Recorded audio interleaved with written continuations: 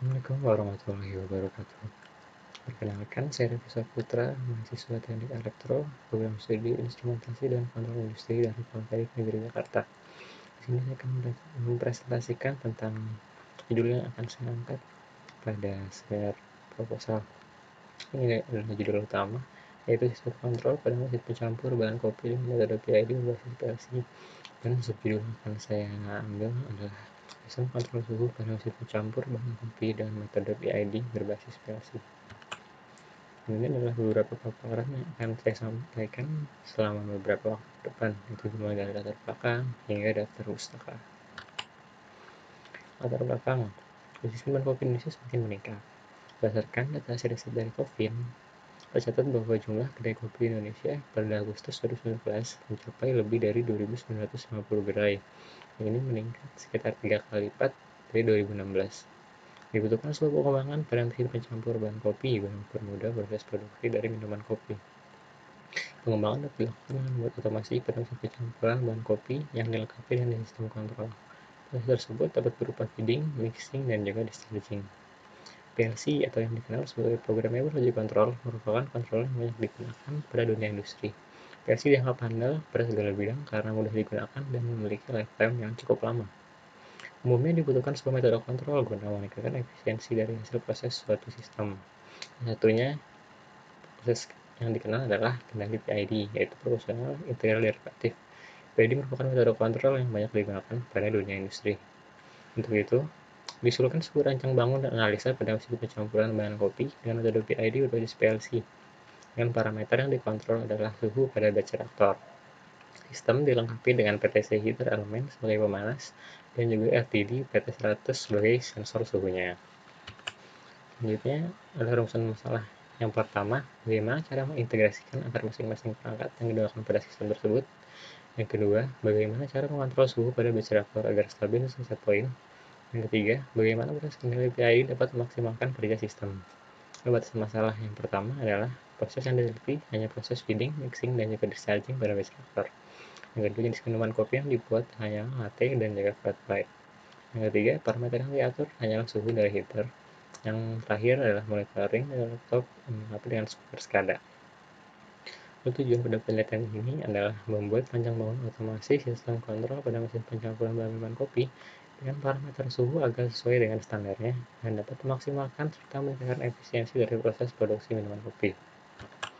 Ini adalah blok diagram sistem. Pada blok diagram input terdapat sensor-sensor seperti sensor load cell, sensor thermocouple, sensor viskositas, dan juga sebuah push button.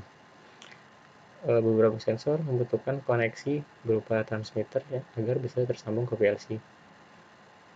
Di sini ada load cell transmitter dan juga temperatur transmitter. Lalu pada blok proses di sini ada PLC yaitu program logic controller sebagai otaknya dan juga kendali PID sebagai metode kontrolnya. Lalu sebelum blok output ada sebuah driver motor yang digunakan untuk menggerakkan motor DC dan output lainnya adalah heater dan juga valve. Lalu pada flowchart sistem, ketika sistem sudah mulai berjalan, maka yang pertama adalah initial sensor, lalu pemilihan jenis kopi yang dilakukan dengan push button. Jika memilih, lalu ada pemilihan latte dan juga flat white. Selanjutnya adalah proses pengisian tangki dengan bahan yang kita pilih pada selektor push button tadi. Lalu, apakah tekanan sudah tepat? Jika tidak, maka dia akan lanjut untuk mengisi sampai tekanan tepat, dan jika sudah, maka heater dan motor akan bekerja dengan waktu yang ditentukan. Lalu ketika waktu sudah selesai, apakah sudah tekanan sesuai? Jika iya, maka akan terjadi pengosongan tangki, dan jika belum, maka heater dan motor akan bekerja sampai suhu dan tekanan sesuai. Lalu, ketika proses pengetahuan tangki sudah selesai, maka proses sistem dianggap selesai. Lalu jadwal pelaksanaan yang pertama sudah diatur yang dilakukan pada bulan pertama, dan pembelian komponen pada bulan kedua, pembuatan alat pada bulan kedua hingga keempat, lalu pengujian alat yang dilakukan pada bulan kelima, penyusunan laporan sejak bulan kedua hingga bulan keenam, dan konsultasi yang dilakukan sejak bulan pertama hingga bulan keenam. Di sini teori umum. Reaktor merupakan tempat terjadinya suatu reaksi kimia tunggal, yaitu reaksi yang berlangsung dengan hanya satu persamaan laju reaksi yang berpasangan dengan bersamaan kesetimbangan dan stoikiometri. Penggunaan base reaktor biasanya cocok digunakan untuk produksi berkapasitas kecil hingga menengah, misalnya dalam proses peradatan, pencampuran produk, reaksi kimia, kristalisasi, polimerisasi, farmasi, dan juga fermentasi. Yang kedua adalah program object control atau PLC. PLC merupakan komputer digital khusus yang digunakan untuk otomatisasi dan elektromekanikal proses seperti otak dari beroperasinya mesin-mesin yang terdapat pada perusahaan perakitan, pusat produksi, dan lain-lain. PLC bekerja dengan cara memasukkan melalui sensor terkait, kemudian melakukan proses dan melakukan tindakan yang sesuai yang dibutuhkan berupa menghidupkan atau mematikan keluarannya.